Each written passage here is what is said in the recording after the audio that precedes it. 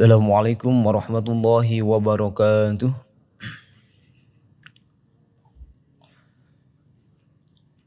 Auzubillah, bismillah, alhamdulillah.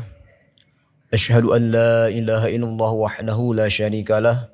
Wa asyhadu anna Muhammadan abduhu wa rasuluhu alladzi la nabiyya ba'dahu wa la rasulah. Allahumma fassalli wa sallim wa barik ala sayyidina Muhammad ibn Abdillah wa ala alihi wa ashabihi wa man tabi'ahu ila yaumil qiyamah, amma ba'd.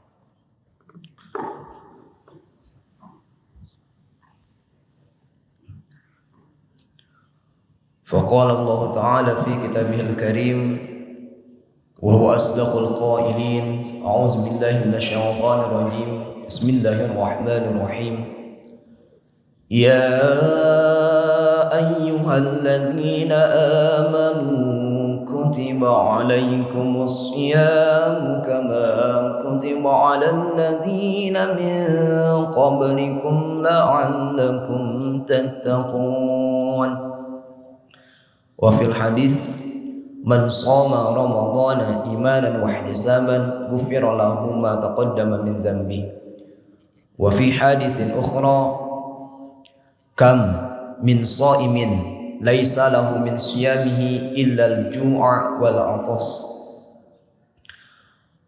صدق الله العظيم وصدق رسول النبي الكريم ونحن على ذلك من الشاهدين والشاكرين والحمد لله رب العالمين La haula wa la quwata illa billahil aliyil azim. Ya fattahu ya alim. Hadratul mukarramin wal mukarramat, jamaah al-jabar yang insyaallah Allah muliakan, jamaah subuh yang insyaallah Allah muliakan, jamaah Jawa Barat yang insyaallah Allah muliakan. Tiada statement, ungkapan, pernyataan yang patut, yang layak hari ini kita ungkapkan selain lantunan alhamdulillah, karena kita sudah memasuki 10 kedua di bulan Ramadan yang sebelumnya adalah rahmat dari Allah Subhanahu wa taala. Sekarang kita memasuki maghfirahnya Allah Subhanahu wa taala, dan mudah-mudahan kita berharap serta berdoa kepada Allah Subhanahu wa taala, mudah-mudahan kita disampaikan sampai dengan akhir dan mendapatkan gelar Idul Fitri atau kembali kepada keadaan suci di hadapan Allah Subhanahu wa taala. Hadratul mukarramin wal mukarramat, berkaitan dengan bahwa kita diampuni khilaf salah dosa oleh Allah Subhanahu wa taala karena sebab berpuasa. Hari ini kita memasuki fase kedua, 10 hari kedua, yakni adalah maghfirah. Pertanyaannya adalah, pantaskah atau layakkah atau sudahkah ketika kita menjalankan ibadah puasa kita mendapatkan maghfirah dari Allah Subhanahu wa taala?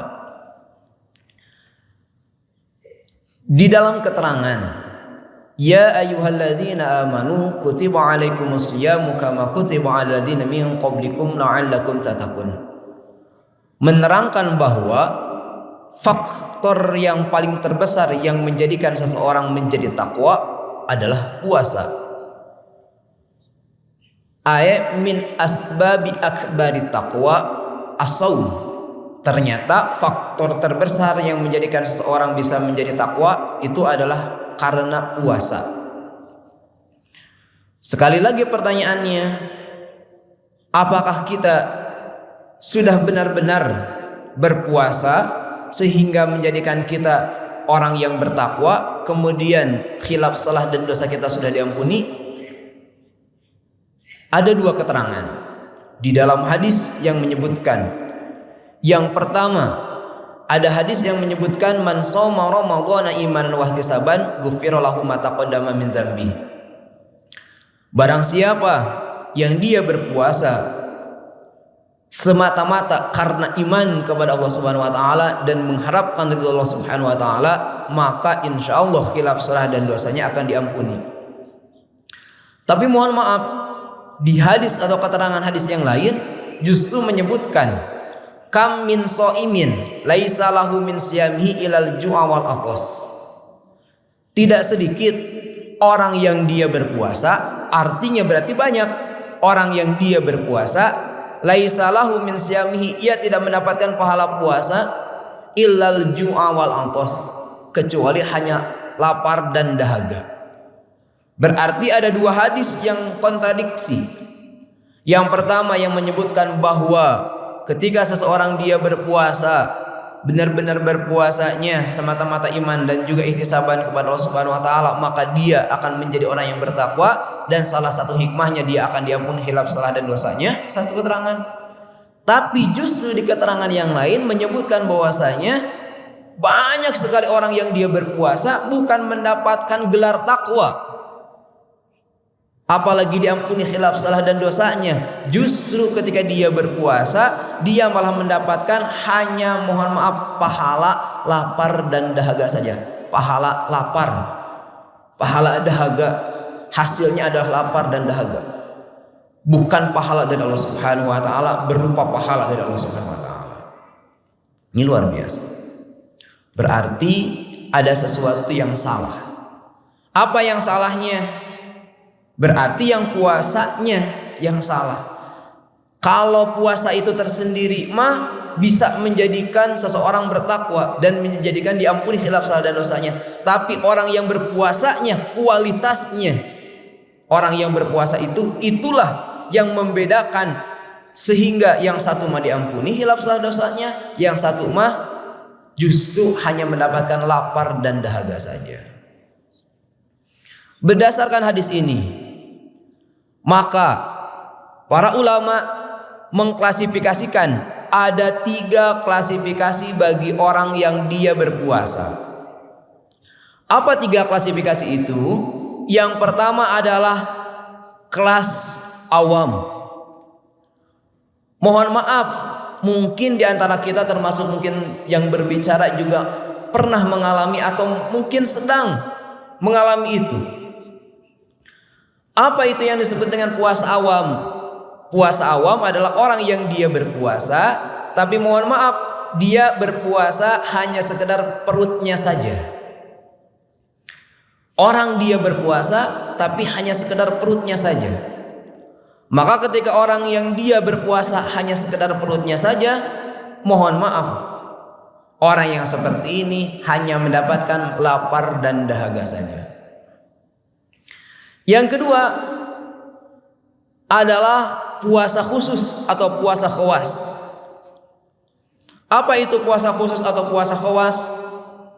Puasa khusus atau puasa khawas itu adalah orang yang dia berpuasa tapi bukan hanya sekedar perutnya yang berpuasa, tapi yang berpuasa adalah seluruh anggota badannya. Namun hatinya belum benar-benar istiqomah mantap kepada Allah Subhanahu wa taala. Ada orang yang dia berpuasa, anggota badannya juga sudah berpuasa, perutnya sudah berpuasa, maka ini adalah puasa khawas. Mohon maaf, tidak sedikit orang yang dia berpuasa, mungkin perutnya berpuasa, tapi matanya masih kesana kemari. Dia berpuasa, tapi pendengarannya masih kesana kemari. Dia berpuasa, pemikirannya masih kesana kemari. Dia berpuasa, tapi mohon maaf, kakinya, tangannya dia tidak puasa. Orang yang seperti ini adalah puasa awam. Diusahakan yang kedua minimal. Apa yang kedua yang tadi? Yang tadi, yakni adalah ketika seseorang dia berpuasa, maka insya Allah ya puasanya benar, puasanya karena Allah, mengharapkan ridho Allah Subhanahu wa taala. Kemudian anggota badannya juga berpuasa, bukan hanya sekedar perutnya. Inilah yang kata Allah Subhanahu wa taala disebutkan bahwa dengan berpuasa dia insya Allah akan menjadi orang yang bertakwa. Dan kata Rasulullah SAW, salah satu hikmahnya akan mendapatkan ampunan dari Allah Subhanahu wa taala. Nah, hari ini jadi bagi kita yang sedang menjalankan ibadah puasa di 10 fase kedua ini, kalau kita menjalankannya demikian, insya Allah kita termasuk di dalamnya. Tapi kalau misalkan kita belum seperti itu, berarti mungkin kita belum mendapatkannya. Tapi senantiasa ada kesempatan di hadapan Allah Subhanahu wa taala. 2, Dan ada yang ketiga. Apa yang ketiga? Puasa yang ketiga adalah puasa khawas bil khawas atau puasa khusus bil khusus. Apa itu puasa khusus bil khusus? Puasa khusus bil khusus adalah orang yang dia berpuasa, perutnya berpuasa, anggota badannya berpuasa, hatinya pun terpaut dengan Allah Subhanahu wa taala, manteng kepada Allah Subhanahu wa taala. Maka orang yang seperti ini sesungguhnya bukan hanya sekedar mendapatkan ampunan dari Allah Subhanahu wa taala, tetapi seperti yang pernah beberapa waktu lalu saya sampaikan, bahwa hikmah daripada bertakwa itu banyak. Salah satunya di dalam Quran surat At-Tolak ada 5 keberuntungan bagi orang yang bertakwa. Apa saja? Yang pertama, wa may yattaqillaha yaj'al lahu makhraja. Dia akan mendapatkan jalan keluar setiap permasalahannya. Tidak ada di dunia ini yang tidak mempunyai masalah. Tapi ketika dia bertakwa, salah satunya dengan dia berpuasa, maka insya Allah dia akan mendapatkan setiap permasalahannya solusi. Itu kalau kita bertakwa, itu kalau kita benar dalam berpuasa. Yang kedua, wa may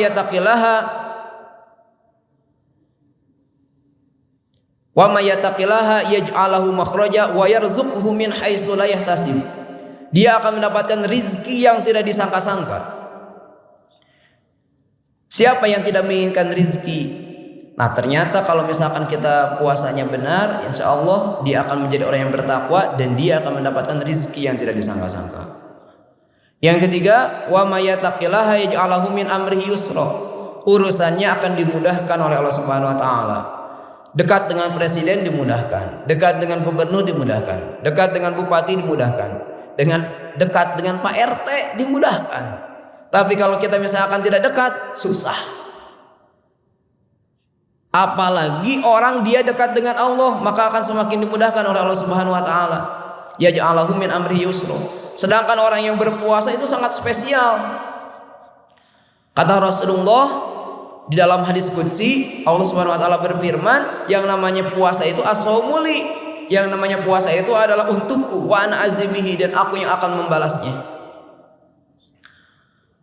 Dengan zakat bisa bertakwa, dengan sholat bisa bertakwa, dengan baca Quran bisa bertakwa, dengan silaturahmi bisa bertakwa, dengan zikir bisa bertakwa, dengan apapun ibadahnya bisa bertakwa. Tapi ada salah satu faktor yang bisa menjadikan seseorang benar-benar bertakwa, ternyata faktornya adalah puasa. Itu hebatnya. Dan kalau yang lain, mohon maaf, zakat itu membutuhkan orang lain, silaturahmi membutuhkan orang lain, sholat membutuhkan orang lain, dan lain sebagainya. Tapi kalau dalam masalah berpuasa itu adalah hanya untuk dirinya dan Allah Subhanahu wa taala. Nah, ini hebatnya berpuasa. Maka pantas bagi orang yang dia berpuasa spesial di hadapan Allah Subhanahu wa taala. Berarti dia sering dekat dengan Allah Subhanahu wa taala, yakin mantap kepada Allah Subhanahu wa taala. Ketika dia sudah benar-benar mantap, merasa senantiasa bersama dengan Allah Subhanahu wa taala, urusannya dimudahkan oleh Allah Subhanahu wa taala. 3. Yang keempat, wa may yattaqillaha yukaffir anhu sayyi'atihi. Barang siapa yang dia bertakwa kepada Allah Subhanahu wa taala, maka dia akan diampuni khilaf salah dan dosanya. Ini yang keempat yang disebutkan oleh Rasulullah. Padahal sebetulnya ada 5. Dan yang kelima adalah wa may yattaqillaha yukaffir anhu sayyi'atihi wa yu'dzim lahu ajra. Dia akan ditinggikan, diluhurkan derajatnya di hadapan Allah Subhanahu wa taala, dilipat gandakan pahalanya oleh Allah Subhanahu wa taala. Bahkan dibesarkan pahalanya oleh Allah Subhanahu wa taala. Wa yu'zim lahu ajr. Dia akan ditinggikan di derajatnya, juga dibesarkan pahalanya di hadapan Allah Subhanahu wa taala. Nah, ini hebatnya bagi orang yang bertakwa. Yang disebutkan 1, tapi sebetulnya bukan 1 tapi 5-5-nya. Bagi orang yang dia puasanya khawas bil khawas. Ini baru di dalam Quran surat At-Tolak. Terbayang di dalam Quran banyak keterangan hikmah bagi orang yang bertakwa. Nah, di dalam Quran surat At-Tolak ada 5, tapi sesungguhnya lebih daripada itu bagi orang yang dia benar-benar bertakwa kepada Allah Subhanahu wa taala, salah satunya melalui puasa. Singkatnya, berarti antara hadis yang pertama dengan hadis yang kedua itu tidak kontradiktif, itu tidak bertentangan, tetapi satu sama lain menguatkan, cuman beda keterangannya. Kalau yang pertama yang menyebutkan bahwasanya kam min shaimin laisa lahu min siyamihi, itu adalah hadis yang diperuntukkan untuk orang yang dia berpuasanya hanya berpuasa perut. Kalau orang dia hanya puasanya puasa perut saja, terpaksa, atau misalkan karena ada sesuatu, atau misalkan bukan karena ikhlas, maka yang seperti ini, maka insya Allah pahalanya mohon maaf hanya sekedar lapar dan dahaga saja. Karena dia mah bukan karena Allah. Makanya di dalam Quran, di dalam keterangan di dalam kitab Safinah disebutkan, kalau di yang lain rata-rata yang namanya rukun puasa itu ada dua. Yang pertama adalah niat, yang kedua adalah berpuasa itu tersendiri. Kalau di dalam kitab Safinatun Najah disebutkannya bukan dua tapi tiga. Yang pertama adalah niat, yang kedua berpuasanya itu tersendiri, yang ketiga adalah atas dasar kesadaran, bukan atas dasar keterpaksaan. Inilah yang mendasarinya. Kalau bukan karena atas dasar keikhlasan kepada Allah Subhanahu wa taala dalam artian keterpaksaan, maka dia hanya sekedar lapar dan dahaga saja puasanya. Masya Allah. Itu yang pertama. Adapun yang kedua yang dijelaskan oleh Rasulullah, man shoma ramadhana imanan wa ihtisaban ghufira lahu ma taqaddama min dzambi. Ini adalah salah satu hikmah ketika orang dia berpuasa dengan puasa khusus. Ketika dia bisa berpuasa puasa khusus, maka insya Allah minimalnya dia akan mendapatkan ampunan dari Allah Subhanahu wa taala, walaupun mungkin hatinya belum benar-benar mantap kepada Allah Subhanahu wa taala. Maka disebutkan man shoma ramadhana imanan wa ihtisaban ghufira lahu ma taqaddama min dzambi. Tapi ada yang spesial yang paling luar biasa, apa? Yang ketiga itu adalah dia berpuasa tapi bukan hanya sekedar perutnya, anggota badannya juga berpuasa, bahkan hatinya terpaut mantang kepada Allah Subhanahu wa taala, maka orang yang seperti ini dia akan mendapatkan 5 keberuntungan, bukan lagi 1. Yang pertama, dia akan mendapatkan jalan keluar setiap permasalahan. Yang kedua, dia akan mendapatkan rezeki yang tidak disangka-sangka. Yang ketiga, dia akan mendapatkan kemudahan dalam setiap urusannya. Yang keempat, dia akan diampuni khilaf salah dan dosanya. Dan yang terakhir, dia akan mendapatkan derajat yang tinggi, pahala yang besar di hadapan Allah Subhanahu wa taala. Yang terakhir, kenapa kok yang disebutkan itu adalah maaf atau diampuni khilaf salah dan dosa? Rasulullah hanya menyebutkan itu karena ini yang utama, karena ini adalah yang sangat luar biasanya. Yang namanya maaf itu adalah sesuatu kunci kebahagiaan, kunci kebaikan. Yang namanya at-taubu itu adalah miftahu kulli babil khair, kunci setiap kebaikan. Tidak mungkin seorang suami dengan istri dia baikan, tidak mungkin seorang istri dengan suami memberikan suatu nafkah, tidak mungkin suami dan istri misalkan melakukan hubungan yang harmonis tanpa sebelumnya saling memaafkan. Teman dengan teman tidak mungkin kalau belum memaafkan. Kakak dengan adik tidak mungkin kalau belum memaafkan. Saudara dengan saudara tidak mungkin kalau belum memaafkan. Tetangga dengan tetangga tidak mungkin saling memaafkan, tidak mungkin saling baikan kalau belum saling maaf-maafan. Nah, ini kunci bahwa kalau misalkan seseorang dia sudah saling memaafkan, maka insya Allah apapun akan diberikan. Ini di fase yang kedua ini kita berharap mudah-mudahan puasa itu menghantarkan kepada maafnya Allah Subhanahu wa taala. Siapa yang tidak mempunyai khilaf salah dan dosa, mudah-mudahan dengan wasilah kita menjalankan puasa di bulan Ramadan ini, mudah-mudahan benar-benar kita disucikan oleh Allah Subhanahu wa taala, dimaafkan oleh Allah Subhanahu wa taala. Bahkan kita senantiasa berdoa, Allahumma innaka afuwun karim tuhibbul afwa fa'fu anna ya karim. Mudah-mudahan benar-benar ada di dalam maafnya Allah Subhanahu wa taala. Mungkin itu saja yang bisa disampaikan oleh saya, kurang lebihnya mohon maaf. Mudah-mudahan bermanfaat. benarnya dari Allah Subhanahu wa taala, salahnya dari kealpaan dan dari kebodohan saya pribadi. Akhirul kalam, wallahul muwaffiq ila aqwamit thoriq. Billahi taufiq wal hidayah wa ridha wal inayah. Ihdinas siratal mustaqim. Assalamualaikum warahmatullahi wabarakatuh.